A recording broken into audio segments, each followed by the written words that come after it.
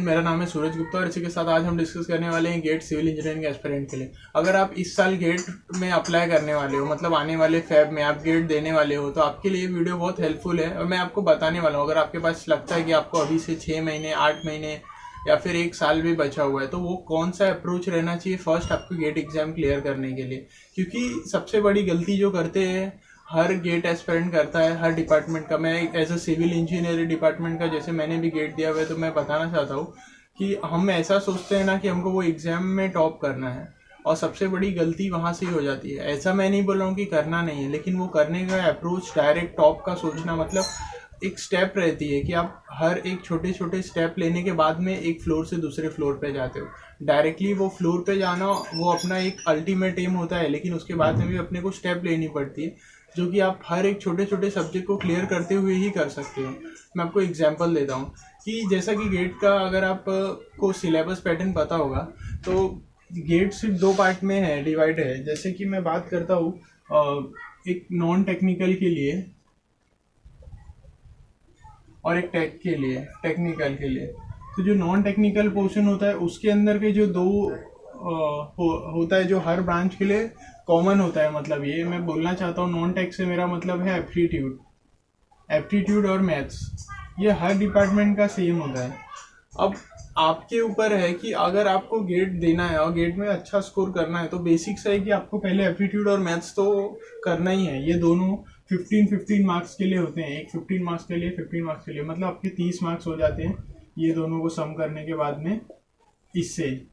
अब टेक्निकल से हर डिपार्टमेंट का अलग अलग रहता है। अभी हम बात करें सिविल इंजीनियरिंग की, तो सिविल इंजीनियर को, जितने भी सिविल इंजीनियरिंग है, मतलब उनके लिए सबसे पहला अप्रोच सब्जेक्ट को सेलेक्ट करने का ऐसा होना चाहिए कि वेटेज वाइज कौन सा ज़्यादा है, और उसके अलावा उनको कौन से सब्जेक्ट में इंटरेस्ट है। अभी आपको कौन से सब्जेक्ट में इंटरेस्ट है? अभी मैं मेरे पर्सनली बात कर रहा हूँ कि मुझे स्ट्रक्चर में बहुत कम इंटरेस्ट था। जैसे कि स्ट्रक्चर के अलावा और भी सब्जेक्ट्स हैं, उसमें मेरा इंटरेस्ट था। तो जैसे कि मुझे पसंद था फ्लूइड मैकेनिक्स, मुझे पसंद था जियो टेक्निकल इंजीनियरिंग, तीसरा सब्जेक्ट था मुझे सर्वेइंग पसंद था, मुझे इजी भी लगता था वो। तो मैं बोलना चाहता हूँ कि आप गेट को गेट के सिलेबस के हिसाब से पढ़ना मत स्टार्ट करो।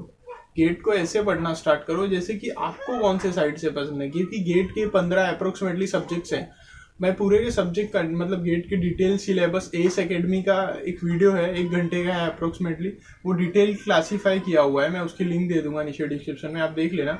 तो उसमें आपको सिलेबस कैसा डिस्टिंग्विश किया हुआ है आपको वो पता चल जाएगा। मैं आपको सिलेबस नहीं, मैं आपको अप्रोच बता रहा हूँ कि आपको किस अप्रोच से गेट के अच्छे मार्क्स कैचअप करने हैं। मतलब वही गलती जो सब लोग करते हैं, वैसा नहीं करना है कि मुझे डायरेक्ट 90 या 100 का स्कोर करना है कि जब रिजल्ट आता है तो उसमें 10-12 भी नहीं हो पाते। क्योंकि अपना अप्रोच कैसा रहता है कि सबको पकड़ने का, और सबको पकड़ने के चक्कर में सब छूट ही जाता है। मैं बात करता हूँ एप्टीट्यूड मैथ्स की। ये एप्टीट्यूड मैथ्स को ऐसे सेट करना है अपने माइंड में कि मुझे एप्टीट्यूड पे रोज 1-2 घंटे, मैथ्स पे रोज 1-2 घंटे देकर इसका एक अलग टाइम बनाना है, और जिसके अंदर अपने को एप्टीट्यूड मैथ्स का पोर्शन 100% अच्छे मार्क्स के चाहिए, तो अपने को करना ही होगा। अगर आपका इंटरेस्ट नहीं है, तो हो सकता है कि आपको कोई टॉपिक मैथ्स का नहीं पसंद हो। जैसे कि कोई, मैं डिफरेंशियल इक्वेशन की बात करता हूँ, या किसी को लैप्लास नहीं पसंद है, या कैलकुलस का कोई टॉपिक है, हो सकता है मैथ्स का आपको कोई टॉपिक नहीं पसंद, या किसी को प्रोबेबिलिटी नहीं पसंद होगा, तो आप वो टॉपिक पर्टिकुलरली छोड़ दो। इसमें स्पीड एंड टाइम है, और डिस्टेंस है, परसेंटेज है, ऐसे इजी टॉपिक हैं छोटे छोटे। मतलब इसमें एप्टीट्यूड में अगर आपका थोड़ा सा भी इंटरेस्ट है, तो एप्टीट्यूड कभी ऐसा होगा ही नहीं कि आपको कुछ ना पसंद है। एप्टीट्यूड सब ईजी है।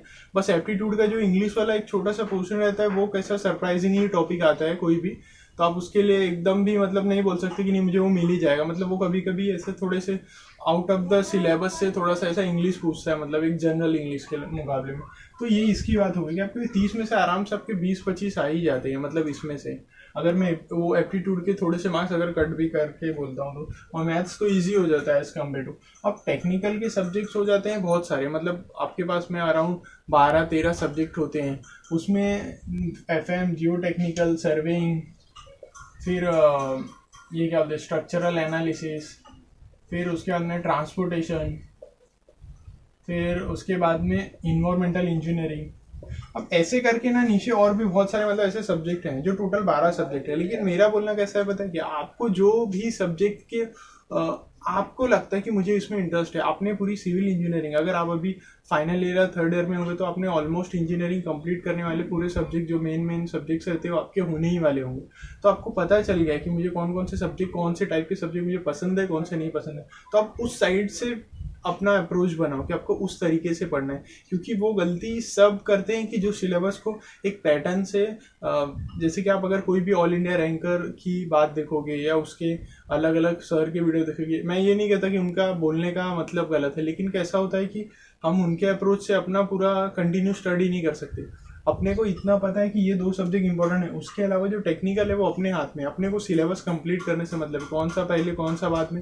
मोस्टली कैसा होता है कि कुछ लोग ऐसा प्रीफर करते हैं कि तुम छोटे छोटे मार्क्स को मत छोड़ो, 2-3 मार्क्स भी गेट में इंपॉर्टेंट करता है। हाँ करता है, 2-3 मार्क्स भी इंपॉर्टेंट, लेकिन उसके पहले वो बड़े मार्क्स तो मिलने चाहिए कि बाद में छोटे मार्क्स आएंगे।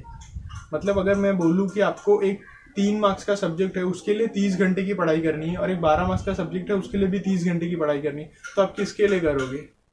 आपको समझ रहे मेरी बात? मतलब कि आपके पास में ऐसा सब्जेक्ट सिलेक्शन करना चाहिए कि जो आपको पसंद है और जिसका वेटेज भी अच्छा है। जैसे कि मैं पर्सनली बोलूँ कि जियो टेक्निकल इंजीनियरिंग मेरा फेवरेट था, फ्लूइड मैकेनिक्स था, इन्वायरमेंटल इंजीनियरिंग था, ट्रांसपोर्टेशन इंजीनियरिंग था। ये सब मैंने जो आपको सब्जेक्ट बताए हैं, ये सब सब्जेक्ट इंपॉर्टेंट भी हैं। और अब देखो इसके अंदर से स्ट्रक्चरल एनालिसिस सिर्फ 3 मार्क्स का है, सर्वेइंग सिर्फ 4 मार्क्स का है, तो ये इसका वेटेज कम है। अगर आपको इंटरेस्ट है इसमें तो पढ़ो। इरिगेशन है, हाइड्रोलॉजी है, आरसीसी है, ऐसे सब्जेक्ट्स, मैकेनिक्स है, तो कुछ कुछ सब्जेक्ट हो सकते हैं कि आपको पसंद ना हो बट उसका वेटेज ज़्यादा हो, तो ठीक है उसको उस टाइम के लिए जाने दो। लेकिन सबसे पहला अप्रोच कैसा रखो कि जो मैक्सिमम मार्क्स है, अब मैं फ्लूइड मैकेनिक्स की बात करता हूँ तो ये 15 मार्क्स है, जियो टेक्निकल इंजीनियरिंग ये 15 मार्क्स है, इन्वायरमेंटल इंजीनियरिंग ये 15 मार्क्स है, ट्रांसपोर्टेशन इंजीनियरिंग ये 6 से 7 मार्क्स का है। मतलब आपको समझ में आ रहा है? अगर मैं वो सिर्फ 3 सब्जेक्ट पढ़ता हूँ, ये 15 और ये 15, तो मतलब 45 मार्क्स मेरे यहाँ आ जाते हैं और 30 मार्क्स यहाँ के हो जाते हैं। कितने हो जाते हैं? 75। तो 100 आउट ऑफ 75 मार्क्स सिर्फ आपके 6 सब्जेक्ट के होते हैं, 6 नहीं सॉरी 5 सब्जेक्ट के होते हैं। तो इतना ज़्यादा, मतलब आप अपने, अभी देखो टोटल सब्जेक्ट थे 15, अब ये 15 में से ये जो सब्जेक्ट्स हैं, अब मैं सिर्फ आपको 5 सब्जेक्ट ऐसे बता रहा हूँ और उसमें से बच गए कितने हो गए? 10 सब्जेक्ट। अब ये 10 सब्जेक्ट जो छोटे छोटे हैं, ये जो 10 सब्जेक्ट हैं छोटे छोटे, इसके पीछे आप मत पढ़ो कि ये कौन कौन से सब्जेक्ट हैं। लेकिन आपको समझ में आ गया कि मैं ये 5 सब्जेक्ट, ये 2 और ये वाले 3, इनके 5 सब्जेक्ट की मैं बात कर रहा हूँ।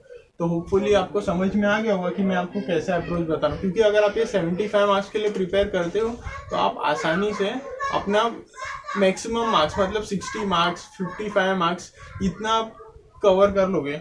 और हो सकता है कि अभी आपको लगे कि नहीं गेट में तो मतलब कितना 65-55 का कोई वैल्यू नहीं है या कुछ मतलब नहीं है, ऐसा कुछ भी नहीं है। 65-55 बहुत ज़्यादा वैल्यू करता है। अगर आप 50 भी कंसिडर करते हो तो एक उस पर्सन से जो गेट क्वालिफाई ही नहीं होता है क्योंकि वो 100 में से 95-98 लाने का अप्रोच लेके पढ़ रहा था, और एक ऐसा जो 75 के लिए पढ़ रहा था वो 55-60 लाता है, तो क्या बुरा है। और वैसे लाने से आपको, अगर आपका एमटेक एडमिशन लेना है तो आपको उसमें इजीली एडमिशन, अच्छे से अच्छे आपको कॉलेजेस में हो जाएंगे आपका एडमिशन, और अच्छे से अच्छा आपको जो PSUs के जॉब रहते हैं उसके भी आपके पास में ऑप्शन अवेल हो जाएंगे। मतलब ऐसा होता है कि ऐसा पता है कि बहुत ज़्यादा मार्क्स रहेंगे तो फिर आपको इजीली मिल जाता है, लेकिन अगर मार्क्स कम रहते हैं तो ठीक है कि मतलब डायरेक्ट इतना जल्दी नहीं रहता कि आपका ऑल इंडिया टॉप रैंकर्स में नाम नहीं आता है, तो इसकी वजह से आपको थोड़ा सा लेट या फिर कम चांसेस रहते हैं। लेकिन कहाँ कुछ नहीं मिलने से कुछ मिलना अच्छा है, कि मतलब अगर आपके मन में ऐसा गेट का आपने पूरा मोटिवेट कर ही लिया खुद को कि नहीं मुझे अभी गेट का करना ही है, तो आप वो तरीके से अपने आप को प्रिपेयर करो कि मुझे मेरे 75 मार्क्स को पहले पकड़ना है, फिर या 75 मार्क्स 65, जैसे भी आपको आपके सब्जेक्ट के वाइज आपको इंपॉर्टेंट लगते हैं उसके अप्रोच से आप करो, और फिर उसके बाद में अपना स्टडी कंटिन्यू करो। होपफुली ये वीडियो आपको समझ में ही होगी। आप प्लीज़ मेरी हेल्प कर सकते हो ये वीडियो को शेयर करके। मिलते हैं नेक्स्ट टॉपिक में, और इस चैनल के जाते जाते प्लेलिस्ट में आप वीडियोस देख लेना अगर कुछ आपकी हेल्पफुल लगी तो।